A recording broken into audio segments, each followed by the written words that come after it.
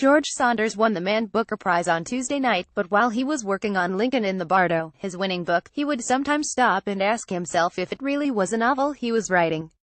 He still sounds a little unsure. I mean, it says it is, he says, pointing to the dust jacket. U.S. tradition dictates that a novel is specified as such on its cover. Until now, Saunders, 58, has been master of the short story. He won the Folio Prize in 2014 for his collection 10th of December and in 2006 was awarded a MacArthur Fellowship. This explains why he and his wife, Polly, who has been his first reader since they met in 1986 on a creative writing MFA at Syracuse University, still joke about the book. Pretty good use of white space there, one of them will say. I guess it is a novel, Saunders says. Back in the early 1990s, when Saunders started writing fiction, he had a job as a technical writer for a firm called Radian Corporation.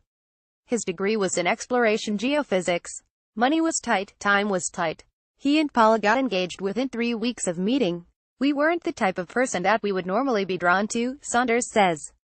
I think there's something karmic, some kind of completion thing. I've never not been interested in her. Within 3 years they were married with 2 children, now 29 and 27. Short stories made sense. They could fit into the gaps of life, or worked on, secretively on a Radian computer screen that should have been filling up with a technical report. I wonder how hard it was to adjust to the longer form. Maybe the length came with the time and the money. I've always said to my stories, don't bloat. Don't bloat, let's get in and out of here as fast as we can, Saunders says. He addresses his work often, sometimes as Dear Story, and ascribes to it a willfulness independent of its author. As in, I'm really looking at you, dear story. What do you want me to do? I said the same thing here. And the book said, I know. But it insisted on being less lean. I thought, that's wonderful. When a book starts being unruly, that's good. Remember early punk music? Is that a song? Well, you're dancing. I love that idea. Saunders with the Man Booker Prize 2017. Photograph Anadolu Agency Getty Images. You only need flick the pages of Lincoln in the Bardo to see some of what makes it original.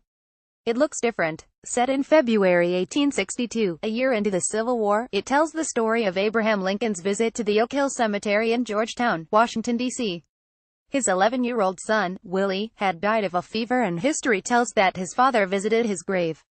It was this image of Lincoln sat with the son's body in his lap that lodged itself in Saunders' head when he first heard it from his wife's cousin in 1992.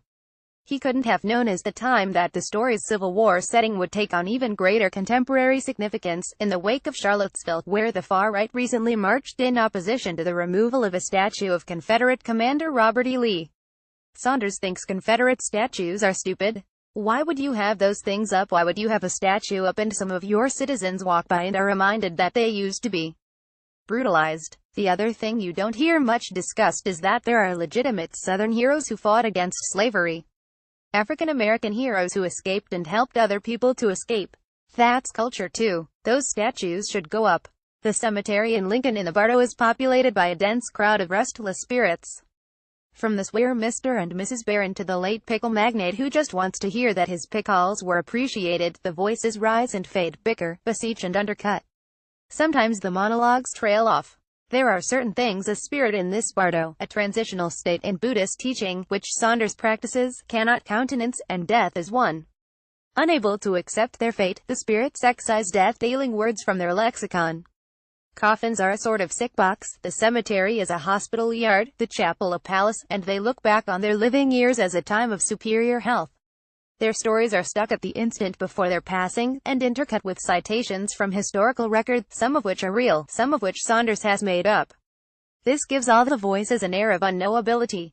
Are they real? Is the printed word a truthful transcript of their imagined reality? The reader enters his or her own limbo, somewhere in the space between fact and truth, memory and meaning.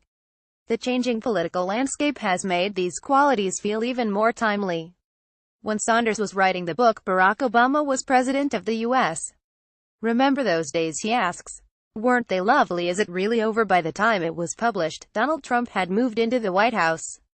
And I went on tour, and the rooms were alive with it. At every event, sweet young people would ask Saunders some version of, should we stick with the liberal values of sympathy and empathy, or should we resist? And I was like, they're the same. I don't see a difference. Vigorous compassion, understood properly, is very energetic. It can be angry, it can be coercive. It doesn't have to be weak. The misunderstanding of kindness and empathy is that it is someone driving a spike through your head and you're like, oh, thank you, I can hang a coat on it. Vigorous compassion is very energetic. It can be angry, it can be coercive. It doesn't have to be weak. In all his work, Saunders displays a knack for rendering abstract concepts with a specificity that seems both fantastical and familiar. No matter how strange the world of his fiction, at its heart is always something sentimentally recognizable. A reader gets used to the oddness, the same way eyes get used to the dark. He lets you see all the small moments of transition that a heart needs to keep a belief alive. At its heart, Lincoln in the Bardo is an exploration of empathy.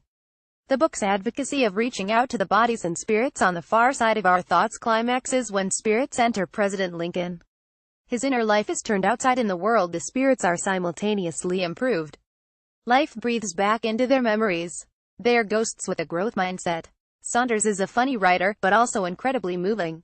My God, what a thing to find oneself thus expanded, the spirit, Hans Vollmann says, and it is interesting to hear Saunders use the same word when he talks about Lincoln's tenure as president. He was humble enough to know that he was going to have to work very hard and be continually expanding himself to be a truly great person, and that expansion had to include other people, he says. Maybe there is hope for Trump, too. The nerd, yes, he says, violently shaking his head. I do think a person can change, and perhaps this is the geophysicist in him. I'm always happy to look at the data. But I think, as a fairly decent nation, at some point we are going to have to say this can't be any more.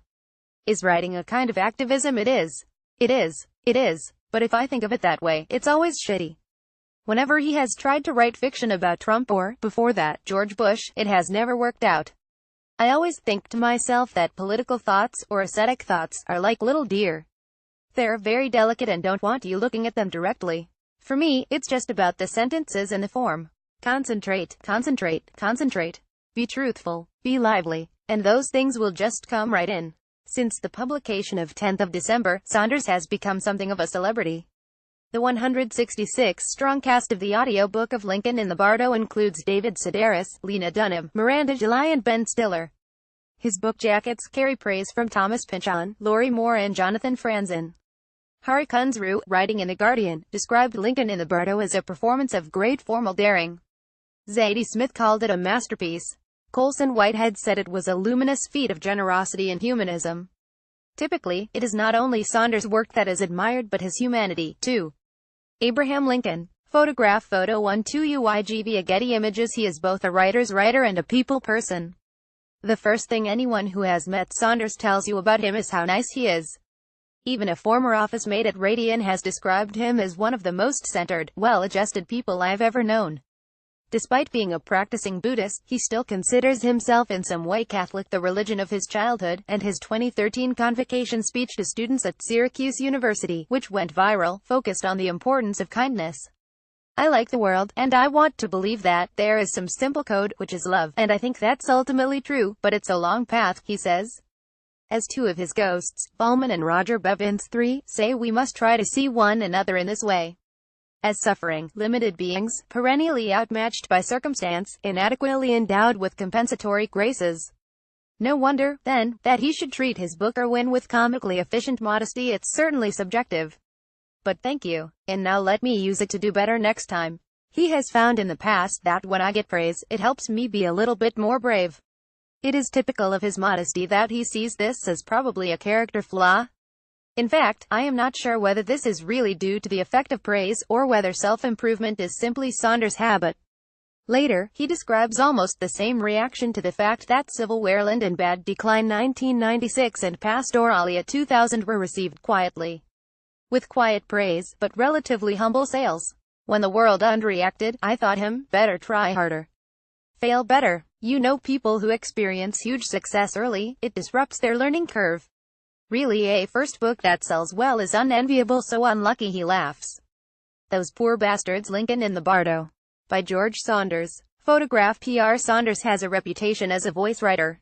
Many have stuck in his mind from his teenage days helping out in Chicken Unlimited, his dad's chicken restaurant in Chicago. It seems reasonable to assume that he would have started Lincoln in the Bardo with one character's monologue. But in fact the opposite was true.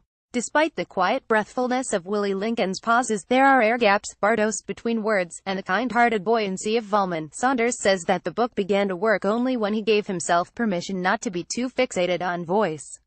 He had cast aside a novel imitating chat lines that didn't work but looked nice, and the visual appearance immediately lent itself to the Lincoln Project, the slab-like patches of text interspersed with white space.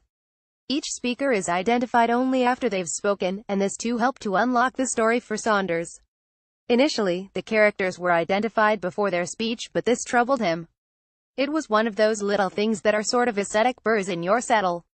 So he flipped the ghost attribution to the bottom of each text, and everything fell into place. Fiction sometimes works like that, he says. I have a theory that you should honor those little indefensible things that you just love for some reason. In the rest of your life, you have to explain yourself, but in fiction, you're just like, no, this is my thing. He laughs. I think that is actually key to a writer's individuality. My students, I try to tell them this is the one room where you can be a total diva. You have to, actually. Those thousands of micro-choices are what move your book away from your usual common self into something else. For the first time since he started out, Saunders is not writing. A year has passed without him writing fiction. This book emptied out the artistic well, so he is waiting for it to refill a bit. I was living in 1862 for a long time, he says. I lost my fondness for slang and vernacular. For now, he is rediscovering his voice, enjoying the delights of standing in a parking lot while his wife pops into a store, appreciating the strips of lawn, the wind-blown litter. You think, well, this is also the world. Lincoln in the Bardo by George Saunders is published by Bloomsbury, price £18.99. To order a copy for £16.14, go to bookshop.theguardian.com or call 0330333646.